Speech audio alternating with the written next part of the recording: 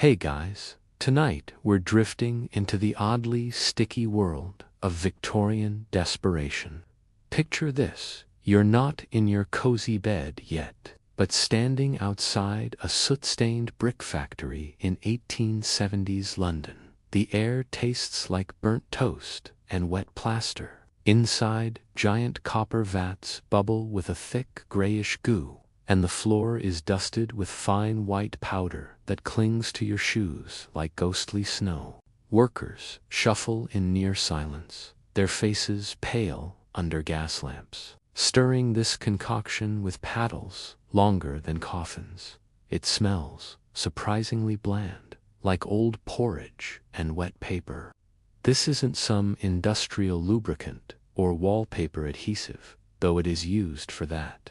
No. This vat holds something far stranger, dinner. Or at least, that's what thousands of hungry Victorians believed. Library paste, marketed quietly as food. And you, my friend, wouldn't last a week on this nutritious gruel before your stomach staged a revolt worthy of a Dickensian street urchin. So, before you get comfortable, take a moment to like the video and subscribe, but only if you genuinely enjoy what I do here. Where are you listening from tonight?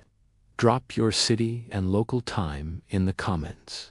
It's always fascinating to see where the world we're collectively drifting off. Now, dim the lights, maybe turn on a fan for that soft background hum, and let's ease into tonight's journey together. You push open the heavy factory door. The heat hits first a damp, flowery warmth that makes your collar stick. The rhythmic thump-thump of the mixing machines vibrates up through the soles of your boots. A dull, industrial heartbeat.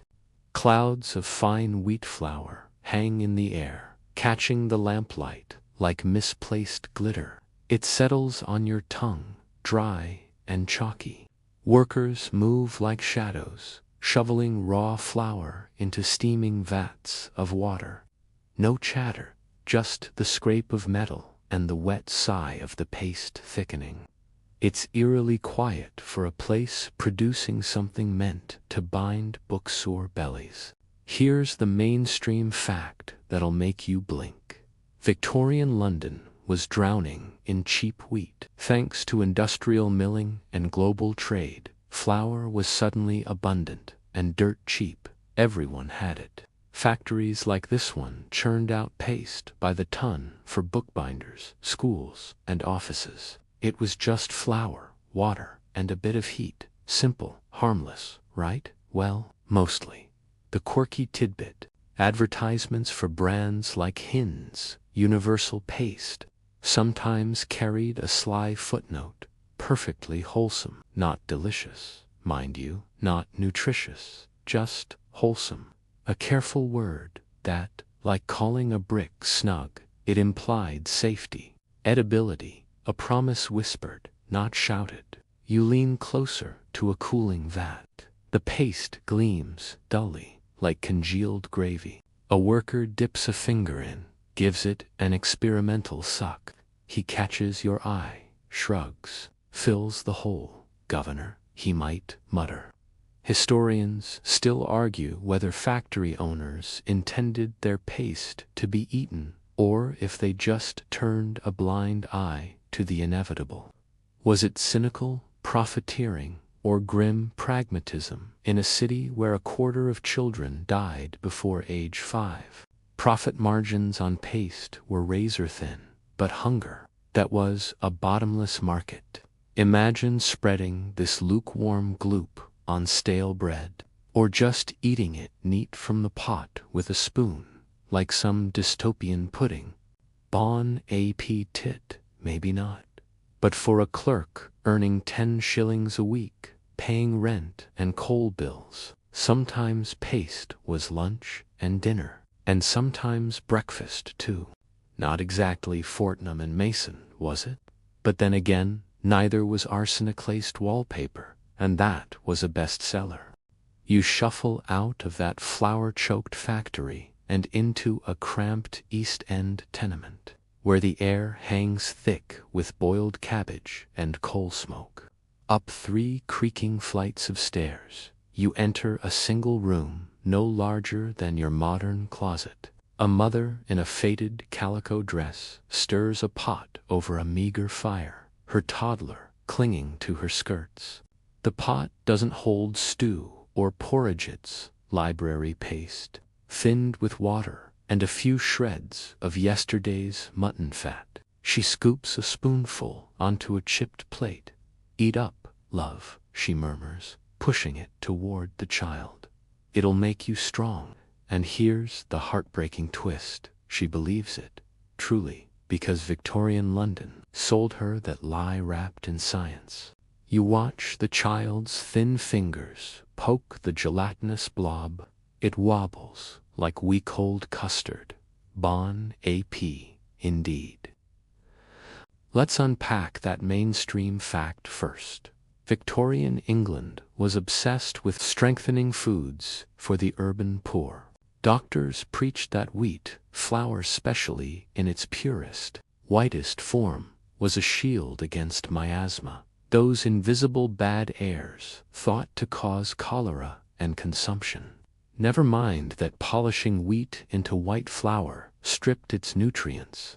Industrialization meant cheap calories could be produced at scale, and paste was the ultimate distillation of this progress.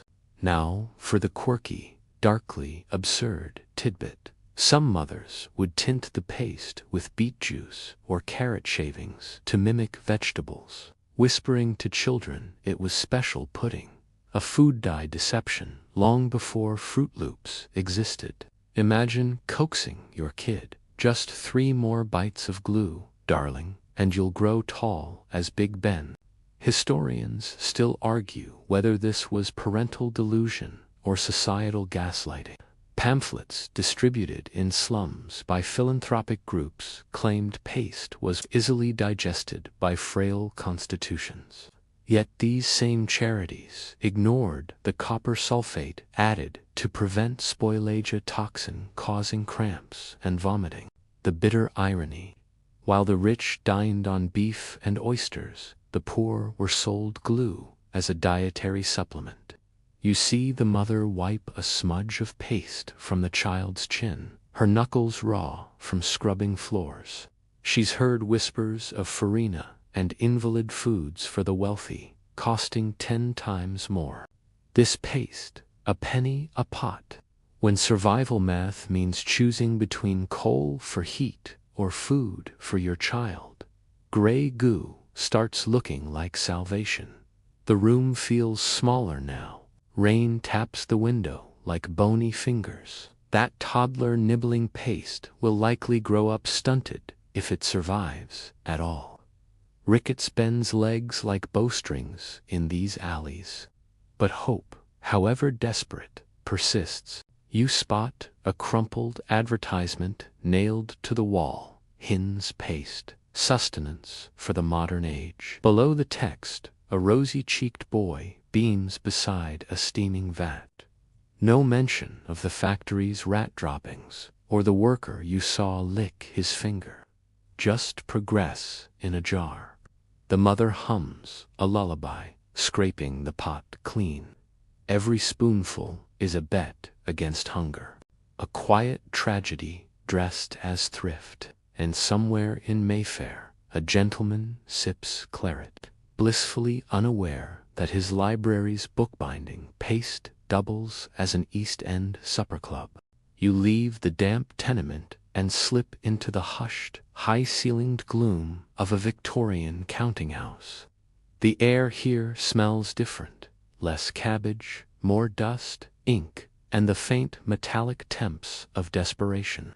Rows of clerks, pale as parchment under gaslight chandeliers, hunch over towering ledgers. Their quills scratch like mice in the walls, a monotonous symphony of numbers. Your eyes drift to the bottom drawer of one clerk's desk, slightly ajar. Inside, nestled beside nibs and blotting paper, sits a small, unassuming stoneware pot labeled Hin's library paste. He glances furtively left and right. With a quick dip of his finger, he scoops a dollop of the grayish paste and slips it into his mouth, sucking discreetly. His Adam's apple bobs. Lunchtime, not officially. Officially, clerks got maybe 20 minutes. Unofficially, the clerk's crunch kept the engine of empire running on empty stomachs. Here's the mainstream anchor. Victorian clerical work was brutal. 12-hour days, 6 days a week, for wages barely above starvation level. Charles Dickens knew it well. Think Bob Cratchit, freezing and underfed. Breaks were minimal, and leaving your desk for a proper meal was often frowned upon, a sign of weak dedication. Hunger gnawed constantly. Enter the quirky, darkly practical solution. Library paste. It was cheap, silent, and required no preparation. A pot could sit innocuously on your desk, disguised as a work tool. The taste, bland, slightly gummy, vaguely flowery, but it filled. It was calories without ceremony, sustenance without the social embarrassment of unwrapping a meager sandwich in front of your equally hungry peers. Imagine the quiet understanding, the flick of eyes away as another clerk unscrewed a paste pot lid, a shared secret of dignified starvation.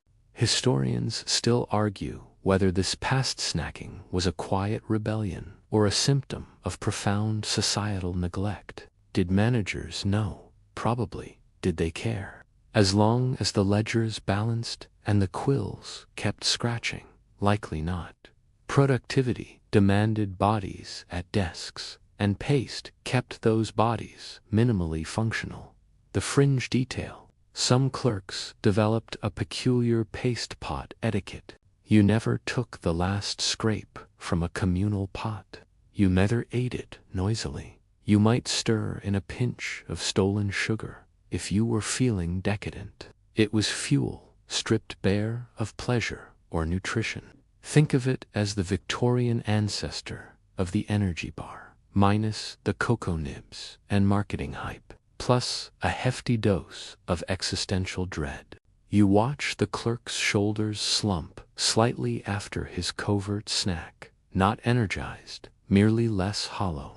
He picks up his quill again. The scratching resumes. Outside, the clatter of carriages and cries of street vendors seem a world away. In here, the only rebellion is the silent consumption of glue, a small act of survival against the grinding monotony. That faint rumbling in your own stomach, maybe it's sympathy, or maybe it's just time you appreciated your next proper snack a little more. You drift from the silent counting house back towards the paste factory's acrid embrace, drawn now not to the vats but to a dimly lit storeroom smelling of damp stone and sharp chemicals. Here, barrels brim with substances far removed from simple flour, crusted blue crystals of copper sulfate, powdery white alum, and murky tins labeled with skulls and crossed bones. A foreman, sleeves rolled up, methodically scoops a measure of the vibrant blue crystals into a bucket of paste destined for a prestigious London publisher. Keeps it lively, he grunts, stirring vigorously, stops the rats, stops the mold, keeps it pretty. You watch the toxic blue swirl into the gray goo, creating a sickly greenish hue that somehow looks less edible. That wholesome promise feels thinner than cheap vellum. The mainstream anchor here is the Victorian era's notorious, unregulated food and product adulteration. Parliament only passed the landmark Sale of Food and Drugs Act in 1875, spurred by scandals like lead in sweets and chalk in milk. Before that, it was the Wild West. Manufacturers added whatever was cheap and effective to extend shelf life or enhance appearance. Public health be damned. Library paste Straddling the line between product and potential food was prime territory. Now, the quirky, darkly absurd tidbit. The very substances making paste potentially lethal were also its selling points. Copper sulfate gave it a brighter, more appealing white or pale blue tinge. Alum made it thicker, glossier, and more resistant to mold in damp London basements. It wasn't just about preservation, it was about marketability. Imagine advertising, now with extra alum for a superior sheen. Historians still argue fiercely about the level of knowledge manufacturers possessed regarding the dangers. Did the foreman stirring in the copper sulfate know he was adding poison? Or did he genuinely believe, like many Victorians, that industrial chemicals were simply modern improvements? The fringe reality was taste testers. In some factories, low-paid workers were tasked with sampling every batch of paste, not for flavor, but for consistency, and to ensure the additives hadn't made it unbearably bitter too quickly. Their subsequent cramps and nausea were blamed on weak stomachs or bad air, not the literal poison they ingested hourly. You watch the foreman dip a clean wooden paddle into the now toxic sludge, examining its drip. Perfect consistency, he declares, oblivious or indifferent to the invisible poison within. It's a chilling alchemy, turning cheap flour and industrial waste into a binding agent for Bibles and ledgers, and sometimes, tragically, into a desperate person's meal. The bitter temps in the air isn't just chemicals. It's the metallic scent of progress, with a hidden, terrible cost, bon AP. More like caveat emptor. If anyone had bothered to tell the stopping before a slightly less dilapidated tenement door. Inside, a young seamstress and her elderly father sit at a wobbly table. Tonight's stew steams in a chipped bowl, thin broth flecked with potato peelings, a scrap of gristle, and stirred through a generous dollop of library paste. It thickens the liquid into a murky, viscous gruel, helps it stick to your ribs, the father rasps, avoiding your eyes as he spoons it up. There's a practiced nonchalance here, a careful choreography of not mentioning the glue thickening their supper, thinning it into a stew. That was resourcefulness, that was quiet dignity, mostly. Here's the mainstream anchor. Victorian society was rigidly stratified, obsessed with appearances and terrified of the workhouse. Falling into absolute, visible poverty was a social death sentence. It was about preserving a fragile sense of self-worth, hiding the gnawing truth from neighbors, landlords, and even sometimes themselves. Resourceful housewives discovered it could stretch minced meat into more generous pies, thicken watery gravy into something resembling substance, or even be baked into hard, shelf-stable biscuits nicknamed poverty pucks or flour rocks for emergencies. The performance was as important as the meal. Historians still argue whether this pastagemated diet was a net benefit or a slow poison, allowing fathers to keep working and children attending school. Or did the cumulative toxins quietly erode health, causing lethargy, chronic pain, and vulnerability to disease, ultimately accelerating their descent into true destitution? Not hungry tonight, Pa. She lies, her own stomach a tight knot. She spent hours hunched over fancy embroidery for a West End shop, earning pennies while her eyes strained in the bad light. Her sacrifice buys a bit more coal, maybe a pat of butter for his bread tomorrow. The paste in the stew lets him have a second bowl. The trade-off, her hunger, his unknowing consumption of poison, hangs unspoken in the damp air. It's a quiet calculus of survival, where every spoonful carries a hidden weight. A bargain made in the dim kitchen, far from the gleaming paste advertisements promising modernity and strength. Respectability, it turns out, tasted faintly of flour and copper. You find yourself not in a tenement or factory, but perched on a hard wooden bench in a drafty, high-ceilinged lecture hall, smelling of carbolic soap and dust.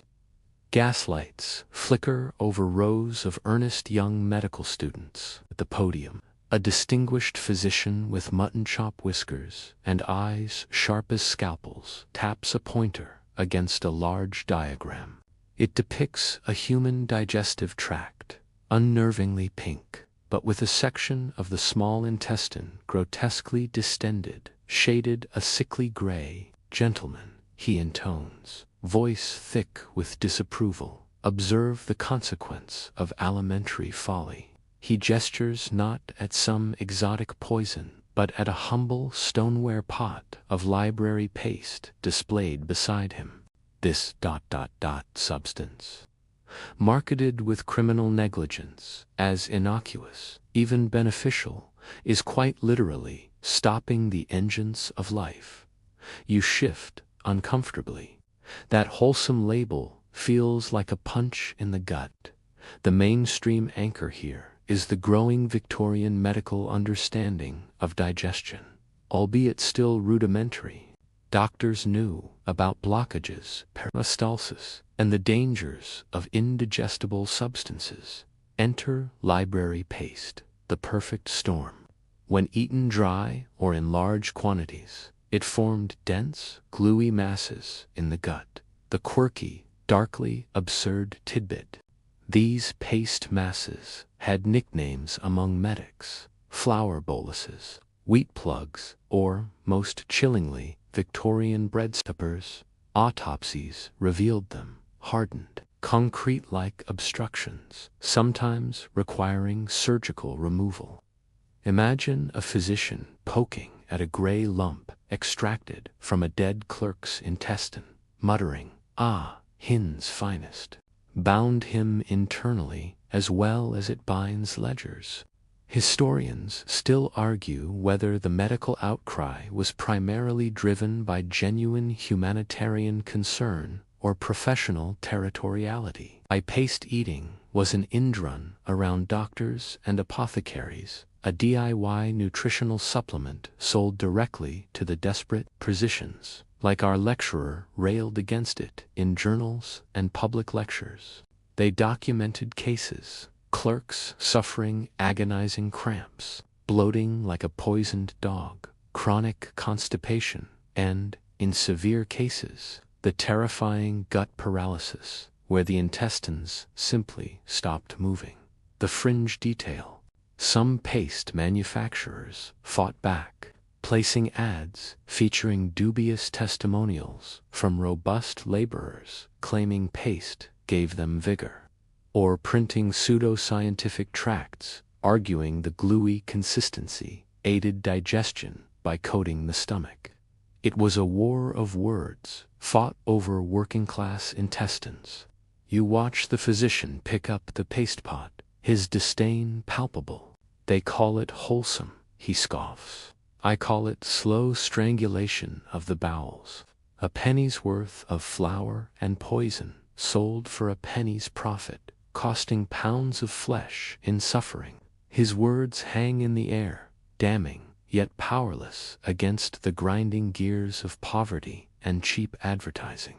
The students scribble notes, perhaps wondering if their future practice will be patching up the damage done by industrial progress sold in a jar. The only sound is the scratch of pens and the faint, imagined gurgle of a gut struggling against glue. The sterile chill of the lecture hall dissolves, replaced by the stuffy sunlight, weak and dusty, slants through high windows onto rows of wooden desks scarred with initials.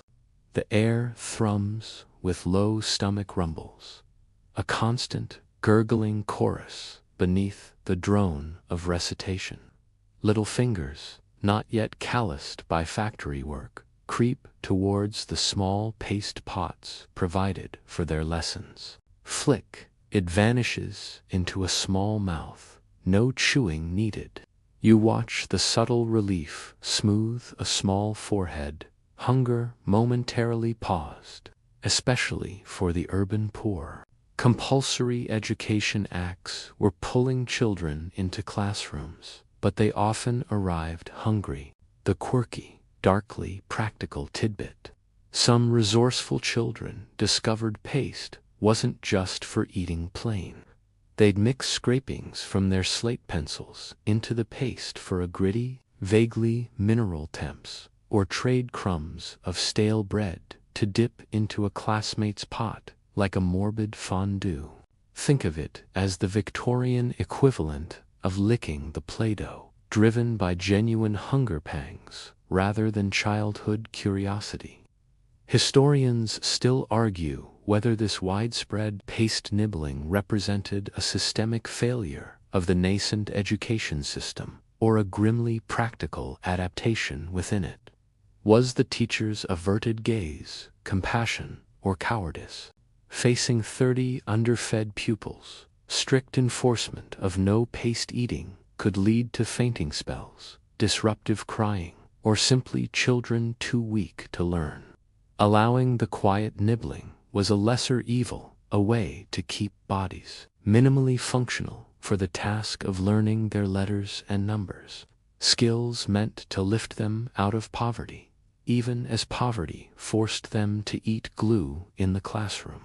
You see a small boy, maybe 7, carefully smoothing paste onto a paper hinge for his project. His tongue flicks out, catching a stray smear at the corner of his mouth.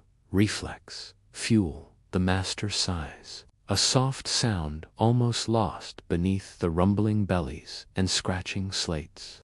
He knows about the cramps some get later. He knows about the doctor's warnings. But he also knows the hollow look in eyes that haven't seen a proper meal since yesterday. His silent permission is a small, desperate mercy in a world that offered few others. The paste pot, intended to bind paper projects, becomes an unofficial, unspoken welfare system, binding empty stomachs to the faint hope of an education, one gluey, toxic mouthful at a time. The schoolroom fades, replaced by the dizzying perfume, clinking crystal, and rustling silk of a Mayfair ballroom. You stand near a gilded table, groaning under pyramids of glazed tarts, shimmering jellies, and decanters of ruby port. A lady in an impossibly tight corset, feathers bobbing in her elaborate coiffure, fans herself languidly. She catches sight of a newspaper snippet left by a guest, a small article mentioning the peculiar habit of clerks and children consuming library paste. A delicate, tinkling laugh escapes her painted lips. Eating paste, how perfectly ghastly, she murmurs to her companion, a gentleman swirling brandy. What won't the lower orders put in their mouths? It speaks volumes of their ... constitutions. Her diamond bracelet catches the gaslight as she gestures dismissively. The irony hangs thick as the paste itself. You watch her reach, not for bread, but for a delicate, pearlescent wafer from a silver dish. Lane's arsenic complexion wafers, guaranteed for a fashionable, consumptive pallor. Bon A.P. indeed. Here's the mainstream anchor. The Victorian elite were obsessed with perceived bodily purity, health, and appearance, often pursuing remedies and trends far more dangerous than library paste. Arsenic wafers for pale skin, mercury-laden syphilis cures, opium-laced soothing syrups for infants, and lead-based cosmetics were commonplace indulgences, heavily advertised and socially sanctioned. Now, the quirky, darkly hypocritical tidbit, while sneering at paste eaters, These very elites might consume substances containing actual rat poison or nerve toxins purely for vanity or a fleeting sense of well-being. Imagine sipping tea laced with strychnine while condemning a clerk for eating flour and water glue. The dissonance is staggering.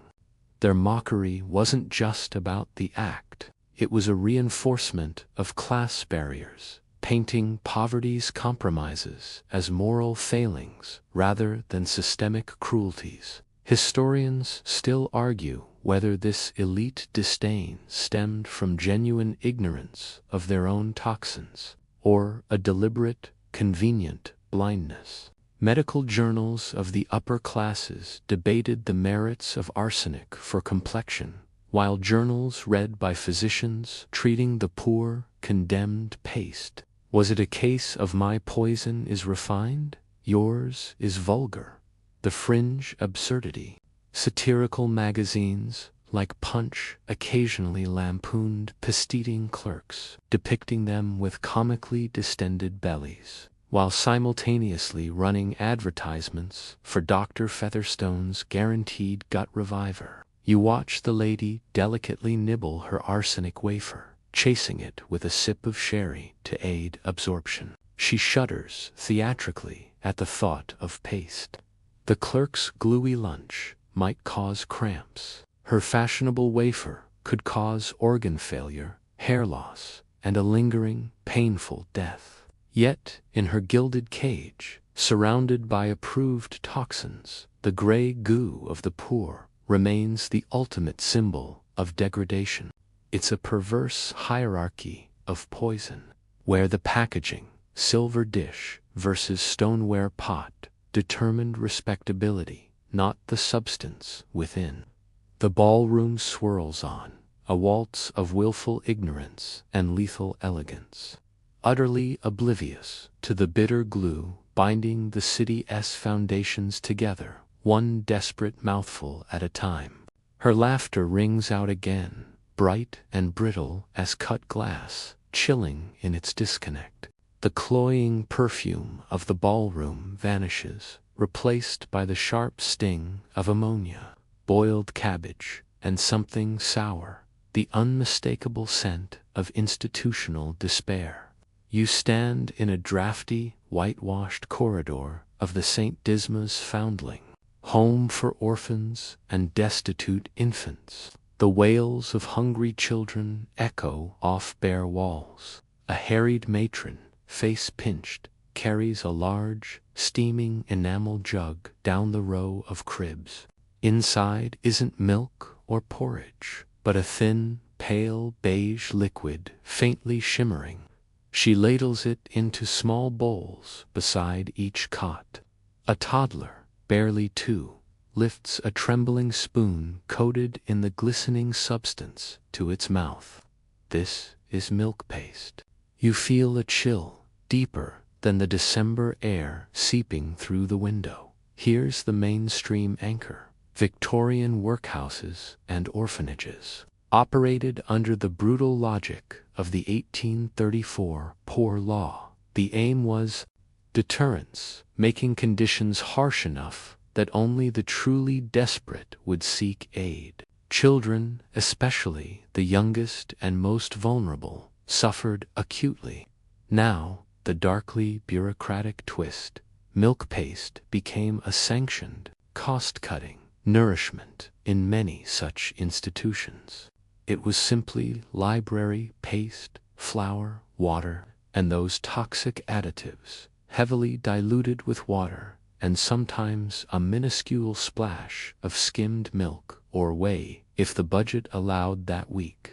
It was cheap, filling, and horrifyingly simple.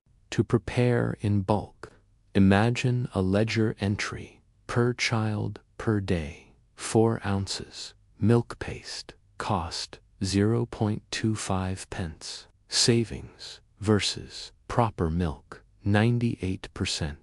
Historians still argue whether the use of paste stemmed purely from callous indifference or a warped, utilitarian belief that any calories were better than none. The scandal when it finally broke via a courageous journalist or a whistle. Nurse wasn't just about the paste itself, but the scale and the victims. Reports described infants with distended bellies, yet skeletal limbs, the classic signs of severe malnutrition masked by empty bulk, the quirky, heartbreaking detail.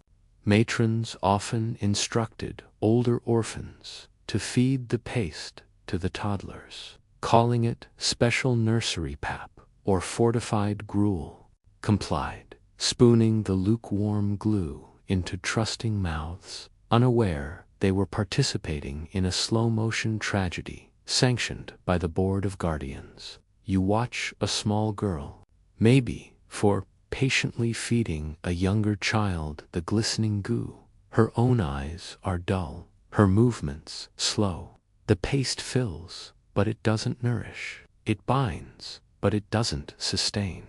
It's a stopgap against death by starvation, traded for death by neglect and poison, administered one institutional ladle at a time. The matron moves down the line, her expression one of weary resignation, not malice.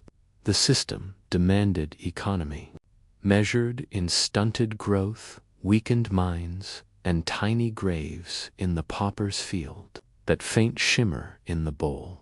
It's not nourishment, it's the cold reflection of a society's priorities, served up to its most helpless members. The factory foreman's shrugged, fills the hole, echoes here with a crushing, institutional weight. The oppressive silence of the orphanage fractures as you step into the bustling, grain-dusted chaos of London's docks in the late 1880s. The thud of sacks hitting quaysides, and the salty Thames of the Thames mingling with the sweet, almost forgotten scent of real wheat. Mountains of golden grain spill from ships flying American and Canadian flags, destined for mills that now churn out flour cheaper than ever. A burly dockworker hefts a sack labeled Ontario Red onto a cart, grinning. Bread's tuppence a loaf. Now, mate, he shouts over the din. That simple phrase, tuppence a loaf, echoes like a death knell for the library paste snack. You watch a clerk hurry past, clutching a fresh-baked roll, not a paste pot. Progress tastes like warm bread, not cold glue. The mainstream anchor here is the great grain invasion of the 1870s-80s. Technological advances, steam-powered ships, prairie combines, and efficient roller mills flooded Europe with cheap North American and Russian grain. Bread prices plummeted by 40% in 2 decades.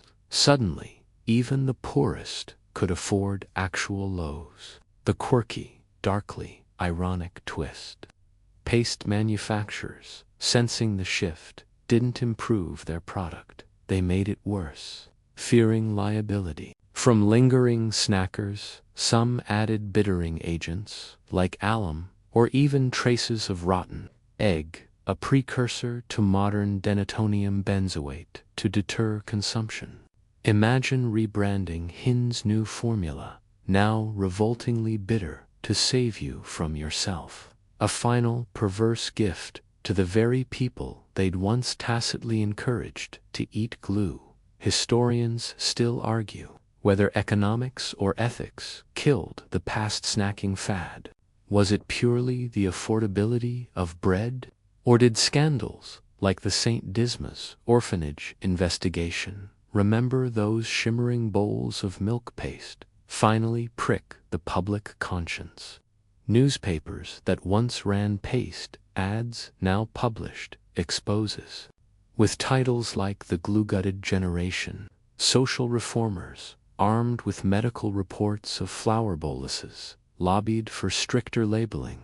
The fringe detail, some nostalgic past eaters hoarded old unbittered pots, selling them illicitly in back alleys as original strength hints. A black market for unadulterated glue, peak Victorian absurdity. You wander past a shuttered paste factory, its windows boarded, smokeless chimney a relic, a faded hinge, wholesome and economical. Poster peels off the brickwork. Nearby, a new cooperative society store sells fresh bread for pennies. The clerk you once saw finger-scooping paste now buys a meat pie for lunch. Progress, mostly. Yet in the shadow of the docks, you spot an old woman thinning the new bitter paste into her broth, a habit ingrained deeper than affordability. Old bones need thick soup, she mutters defensively. Some hungers weren't just physical, they were habits of survival, etched by decades of empty larders and industrial deceit. The paste pot hadn't vanished. It had just retreated to the darkest corners, bitter in every sense. That dock worker's grin fades as he sees her. Even cheap bread couldn't erase the gluey ghosts of the past overnight. The machinery of empire ground on, leaving strange, sticky residues in its wake. The salty dock air dissolves, replaced by the sterile glow of your own screen. You're scrolling, thumb flicking past a video. Lose 10 pounds fast with this ancient Amazonian mud hack. Another promises Soylent for dinner. Why chewing is so last century. A third extols TikTok's viral internal shower drink, just 3 ingredients. You pause. That familiar, uneasy feeling stirs the ghost of a gray, gluey Victorian paste pot hovering over your modern feed. Fast forward 150 years. Swap soot-stained factories for sleek labs and influencer kitchens, but the core promise remains eerily unchanged. Easy nourishment, effortless results, science in a bottle or packet, or dubious mud wrap. The packaging is glossier, the jargon trendier, biohacking, nutrient-dense, cleansing, but the underlying hunger it exploits, that's timeless. Let's anchor this mainstream. The modern wellness and diet industry is a multi-billion-dollar behemoth built, in part, on the same foundations as hinge, paste, convenience, perceived scientific backing, and the potent allure of a quick fix. Meal replacement shakes, like Soylent or Whole, explicitly market themselves as efficient fuel, minimizing the hassle of real food, promising balanced nutrition with minimal effort. Sound familiar? Just swap the clerk's ledger for your overflowing inbox, the stoneware paste pot for a shaker bottle. Modern equivalents often share the Victorian paste's disconnect between marketing and reality. That internal shower drink, often just a potent laxative mix of magnesium citrate and fruit juice, risking dehydration and electrolyte imbalance, a far cry from its cleansing promise. Or consider the ancient superfood powders, sometimes contaminated with heavy metals, sold with glossy photos of rainforests, but processed in anonymous industrial parks. It's wholesome rebranded for the algorithm age. Biome synergy. The pitch evolves. The potential for empty or harmful calories remains. Historians and nutritionists still argue whether these modern iterations represent genuine progress or just repackaged desperation. Are meal replacements empowering tools for busy lives? Or surrender to a culture that pathologizes the time spent cooking and eating? Are cleanses self-care or self-flagellation disguised as wellness? The parallels sting, like the Victorians adding copper sulfate for shelf life. Modern supplements might boast added vitamins, but also contain fillers, flow agents, or excessive sweeteners of dubious benefit. The fringe absurdity. the sheer speed of the cycle. A Victorian paste scandal might take years to surface. You watch a young woman blend a chalky gray protein powder into water, chugging it quickly before a meeting. It's efficient, it's smart, it fills the hole, but does it nourish the soul? The glow of your phone reflects in her tired eyes. The factory foreman's shrugged echoes in the digital void fills the hole. The gray goo got an upgrade. But the trade-off between convenience and substance, that bargain feels hauntingly, stickily familiar. Rebellion. The sterile glow of your phone screen dissolves, replaced by the warm, comforting chaos of a Victorian kitchen. Sunlight streams through a window onto bunches of drying herbs, copper pots gleaming on hooks, and the rich, yeasty scent of rising bread. You stand behind Elisa Acton, not a celebrity chef, not a wealthy socialite, but a middle-aged woman in a practical, flour-dusted apron, her hands kneading dough with a quiet, rhythmic intensity. Her gaze isn't fixed on grandeur, but on necessity. An open notebook lies nearby, filled not with flamboyant recipes for syllabub, but with careful observations. Flour, 1 pound, water, sufficient to bind. Do not add alum for whiteness. It renders it unwholesome for any purpose, let alone consumption. She presses her knuckles deep into the dough. This isn't just baking. It's quiet warfare against a tide of industrial deceit. While paste peddlers whispered wholesome, Eliza wrote poison in plain ink.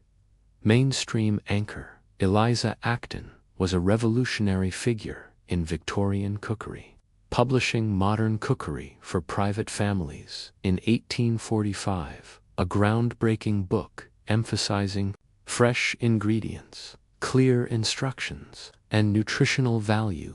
Decades before Mrs. Beeton, she wrote for the home cook, the ordinary housewife trying to feed her family well on a budget. Now, the quirky, darkly defiant twist. Acton's book contained a small, easily overlooked section titled Observations on Common Adulterations, particularly flour. It wasn't a recipe chapter, it was a warning label. She detailed how alum whitened flour but destroyed its nutritional value and caused digestive distress, how plaster of Paris added weight but risked internal abrasions, how copper sulfate made paste pretty but poisoned the eater. She didn't just condemn paste snacking, she condemned the system that made it seem necessary, urging readers, demand pure flour, feed your family's real bread. Imagine a cookbook daring to say, the glue pot is not a larder. Historians still argue fiercely about Acton's motivations. Was she purely driven by a domestic scientist's zeal for purity and health? Was it moral outrage at seeing poor families tricked into eating industrial waste? Or was it a proto-feminist pushback against a male-dominated industry profiting from women's desperation in the kitchen? The fringe detail. Her publisher initially balked. Too alarming, Miss Acton, he likely protested. Too political for a cookery book. She fought, and the warnings stayed, buried amongst instructions for roast mutton and apple charlotte. A landmine of truth disguised as domestic advice. You watch her test the DOS spring, her expression resolute. She knew the power of the kitchen, not just to nourish bodies, but to challenge lies. While physicians lectured and elites sneered, Eliza Acton armed ordinary women with knowledge. Pure flour costs pennies more, but glue costs lives. Her rebellion wasn't shouted from a podium. It was baked into a loaf of honest bread, a quiet, sustained no against the gray tide. She wraps the dough in a clean cloth, placing it near the hearth to rise. The warmth feels like defiance. Her book wouldn't stop the paste factories overnight, but it planted seeds, tiny, resilient seeds of awareness that would eventually help rot the foundations of the wholesome lie. Her kitchen, fragrant and real, stands as the quietest, most potent antidote to the factory's chemical fog. The taste of progress, she knew, shouldn't be faintly metallic. It should taste like this, honest, warm, and alive. Eliza Acton's warm kitchen dissolves, swallowed by the familiar, choking embrace of London fog. You stand on a damp street corner, caught between worlds. To your left, a brightly lit chemist's window displays rows of elegant glass bottles. Dr. Thorne's vitalizing phosphorus syrup, Baroness Orczy's nerve tonic, nutritive ether for delicate constitutions. Promises gleam under the gaslight. To your right, a huddled figure, perhaps the seamstress from earlier, counts pennies before hesitantly pushing open the door of a grubby corner shop. Inside, amidst coils of rope and jars of nails, sits a stack of familiar stoneware pots. Hin's Universal Paste. Wholesome, the label whispers. She buys one. Why? Why choose glue over gruel, toxins over trust? The answer hangs thick in the foggy air, heavier than copper sulfate, the desperate, dazzling allure of science. The mainstream anchor here is the Victorian era's profound, often naive, faith in scientific and industrial progress. Steam engines conquered distance, telegraphs conquered time, photography captured light itself. If science could achieve that, surely it could conquer hunger. Paste wasn't just flour and water. It was industrial flour product, rendered shelf-stable by modern chemical processes. Its very blandness was spun as purity, stripped of messy, unpredictable nature, reduced to efficient, predictable calories. It felt modern, it felt clean, compared to the grimy reality of a butcher's slab or the earthy uncertainty of a potato. The paste pot gleamed with the sterile promise of the future. The quirky, darkly psychological twist. Manufacturers deliberately mimicked the packaging and language of actual medicines and infant foods, apothecaris-style jars, pseudo-Latin names, farina pura, stabilis, claims of laboratory-tested consistency. Eating glue felt less like desperation and more like participating in progress, a tiny, affordable slice of the scientific utopia gleaming in the chemist's window down the street. Imagine the internal monologue. The Baroness drinks phosphorus. My clerk takes vitalizing syrup. I eat scientifically stabilized farina. We are all embracing the future. The dissonance was papered over with the shiny veneer of Tekken historians. Still argue fiercely about the balance between cynical manipulation and genuine cultural delusion. Did the paste barons knowingly exploit this scientific fervor? Absolutely. Did millions of Victorians, bombarded by marvels daily, want to believe that science could make even glue nutritious? Desperately. It offered a narrative of control in a chaotic, rapidly changing world. The fringe absurdity. Some genuinely believed the process of industrialization imbued paste with unique properties. Pamphlets hinted at nutritive ethers released during the high temperature mixing, or claimed the gluey consistency allowed for more efficient caloric absorption by the humors. You watch the seamstress hurry home, clutching her pot. Her choice. isn't just about pennies. It's about buying into a story where modernity could magically transform base ingredients into strength, where chemistry could compensate for injustice. It was hope distilled into a toxic gray sludge and sold back to the hopeless.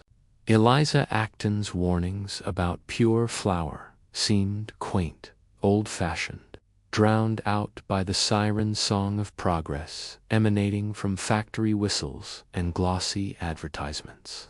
The fog thickens, blurring the chemist's gleaming promises and the grime of the street. In that haze, the paste pot feels less like a failure and more like a perverse kind of faith, a desperate prayer to the new gods of industry, whispered over a supper of glue. The bitter tang isn't just alum. It's the taste of a society intoxicated by its own supposed advancement, willing to swallow anything, quite literally, if it came wrapped in the gleaming paper of science. The seamstress vanishes into her tenement doorway. The future, for now, fits neatly in a stoneware jar. The fog outside the seamstress's window thickens into a cold, persistent rain, drumming a mournful rhythm on the slate roof. Inside, the single candle gutters, casting long, wavering shadows. She sits at her small table, the unopened pot of Hin's paste before her. Her fingers trace the familiar curve of the stoneware, cool and slightly rough. She doesn't reach for bread, though a stale heel sits wrapped in cloth nearby.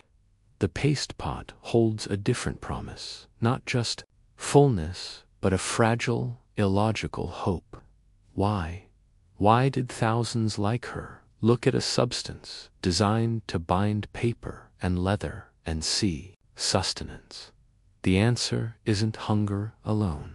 It's a quiet, desperate act of cognitive dissonance, a necessary suspension of disbelief woven from exhaustion, marketing, and the sheer grinding weight of getting by. The mainstream fact anchoring this dissonance is the pervasive, often justified, distrust of actual food in Victorian cities. Bread was routinely adulterated with alum, chalk, or even sawdust to bulk it out and whiten it. Milk was watered down and thickened with plaster of Paris. Beer contained narcotics to mask spoilage. Coffee, often scorched peas and chicory. The 1850s saw major scandals like the bread axe prosecutions, revealing systemic fraud. So, the quirky, darkly logical twist, library paste, ironically, felt more honest. Its ingredients were usually listed plainly: wheat, flour, water, simple, basic. It wasn't pretending to be something it wasn't. Or was it? That perfectly wholesome footnote was the tiny seed of permission, when everything else you ate was likely poisoned or padded with lies. Why not believe the glue? At least its deception felt passive, unaggressive. It sat there, gray and inert, promising only to fill the void, not pretending to be a feast. Imagine choosing the known poison paste over the potentially worse, unknown poison adulterated bread. It was a bleak risk assessment performed on empty stomachs. Historians still argue whether this acceptance was conscious self-deception or a subconscious coping mechanism born of sheer exhaustion. Did the seamstress truly believe the paste nourished her? Or did she simply choose to believe it, pushing down the knowledge of its toxins, because the alternative, confronting the utter lack of safe, affordable food, was too overwhelming? The fringe detail, the language of consumption itself, shifted subtly. People rarely said they were eating paste. They were taking a little paste, using it to thicken, having a scrape. Verbs that distanced the act softened its absurdity. It became dinner glue in whispers, a darkly humorous euphemism acknowledging the act while defanging its shame. You watch her finally unscrew the lid. The smell is faintly flowery, damp. She dips a finger, the gray blob clinging. There's no relish, no pleasure. It's a transaction, a small surrender to the gray logic of a world where wholesome was a label, not a guarantee. She closes her eyes as she swallows. Is it hope, resignation, or just the quiet click of a mind compartmentalizing poison into practicality to survive? Another day, the rain hammers down, the candle flickers. The paste pot sits half empty, a monument not to gullibility, but to the profound, weary ingenuity of despair. She doesn't believe the lie, she needs it. The dissonance isn't a failure of reason. It's the fragile scaffolding holding reason itself together in the face of a system designed to break it. The glue binds more than books. It binds the frayed edges of belief. Bon A.P. Petty. No, but carry on, somehow. The seamstress's candle finally gutters out, plunging the tenement room into darkness, save for the faint, greasy glow of gaslight filtering through rain-streaked glass. The half-empty paste pot sits on the table, a cold, mute witness. Did this gray glue, swallowed by clerks, children, seamstresses, and orphans, truly stave off starvation? Or did its slow poison merely trade one kind of misery for another, filling hollow bellies while quietly hollowing out health? Historians still argue fiercely, their debates echoing the clatter of long-silenced factory machines. Some point to grim demographic data in the worst slums amidst cholera and consumption. Even toxic calories might have kept frail bodies breathing just long enough for bread prices to fall.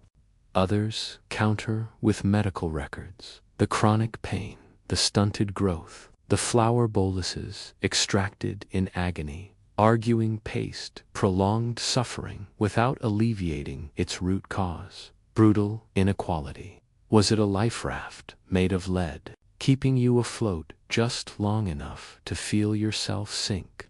Imagine the bitter equation. Did the copper sulfate kill you slower than starvation would have? A question worthy of the bleakest Victorian ledger. The mainstream anchor is the undeniable drop in absolute starvation deaths in urban centers during the peak paste years 1850s, 70s, coinciding with the glut of cheap flour. Calories, however dubious, flooded the market. The quirky, darkly ambiguous detail. Survivors often carried the invisible scars. Autopsies, decades later, revealed traces of copper in bones, alum deposits in kidneys, the ghostly residue of wholesome glue. Some historians speculate paste might have inadvertently masked other deficiencies, its bulk easing the cramps of outright hunger pangs, allowing people to function minimally even while malnourished. It wasn't nourishment. It was a numbing agent for the gut, like sipping mercury-laced gin for toothache. The pain fades, but the rot continues. You picture an old clerk in the 1890s, finally enjoying cheap bread, rubbing his perpetually aching stomach, a legacy of 1,000 paste lunches. Full belly? Maybe. Whole health? Never. The debate hinges on perspective. For a workhouse master tallying bodies, paste might have looked like a success, fewer corpses. For a physician treating chronic dyspepsia, it was a scourge. For the seamstress shivering in the dark, it was simply the least terrible option on a shelf of terrible options. The fringe absurdity. When cheap grain finally arrived, some passengers genuinely missed the old formula. Not the taste, but its reliable, numbing fullness. They'd grown accustomed to the glue's peculiar satiety, finding real food somehow unsettlingly insubstantial. A perverse Stockholm syndrome of the stomach. The paste pot wasn't just sustenance or poison. It became a psychological crutch, a familiar ritual in an uncertain world. Its bitter end wasn't celebrated. It was mourned by some as the loss of a grim certainty. That faint scent of flour and damp stone, it wasn't just memory. It was the lingering ghost of a bargain, where survival tasted faintly of despair and rat deterrent. The rain softens to a drizzle. The debate among historians rumbles on academic thunder in a distant sky. The only certainty is the silence in the room now, the empty pot, and the weary, complicated truth. Sometimes, the thing that keeps you alive is also the thing that slowly kills you. Progress, when it finally came, tasted like bread, not glue. But the cost of the waiting, the cost of the gray years, that was measured in internal scars and unanswered questions, lingering like the ghost of copper on the tongue long after the last pot was washed out and discarded. So, the paste pot sits empty now, just a relic in the museum of our collective, slightly bizarre past. The factory vats are cold, the counting houses silent, the orphanage kitchens closed. The arguments about glue food fade into academic murmurs, like the last whispers of that London fog dissolving into a clear, modern dawn. You can almost feel the tension easing, that tight Victorian knot in your own stomach unclenching. Breathe in, slow and deep. Feel the softness beneath you, the gentle weight of the blanket. Listen to the quiet hum of your room, the distant sigh of the night outside. No more scratching quills, no more bubbling vats, no more desperate spoons scraping against stoneware. Just peace. Picture the seamstress finally asleep, her weary bones resting after a lifetime of struggle. See the clerk, his ledgers closed, dreaming not of numbers, but of warm, crusty bread. Even Eliza Acton rests, her kitchen quiet, her warnings echoing gently through time. A reminder that truth, like good bread, eventually rises. The children imagine them not hungry, but safe, fed, drifting into dreams, untroubled by gluey gruel. Let the images soften, blur at the edges, like watercolor left in the rain. The sharp smells of chemicals and cabbage fade, replaced by the clean scent of linen, or perhaps the faint, comforting aroma of a forgotten cup of tea cooling beside you. The weight of that gray history lifts, dissipating like smoke. It wasn't just about paste, was it? It was about hunger, hope, and the strange, sticky compromises humans make just to survive another day. But that day is done.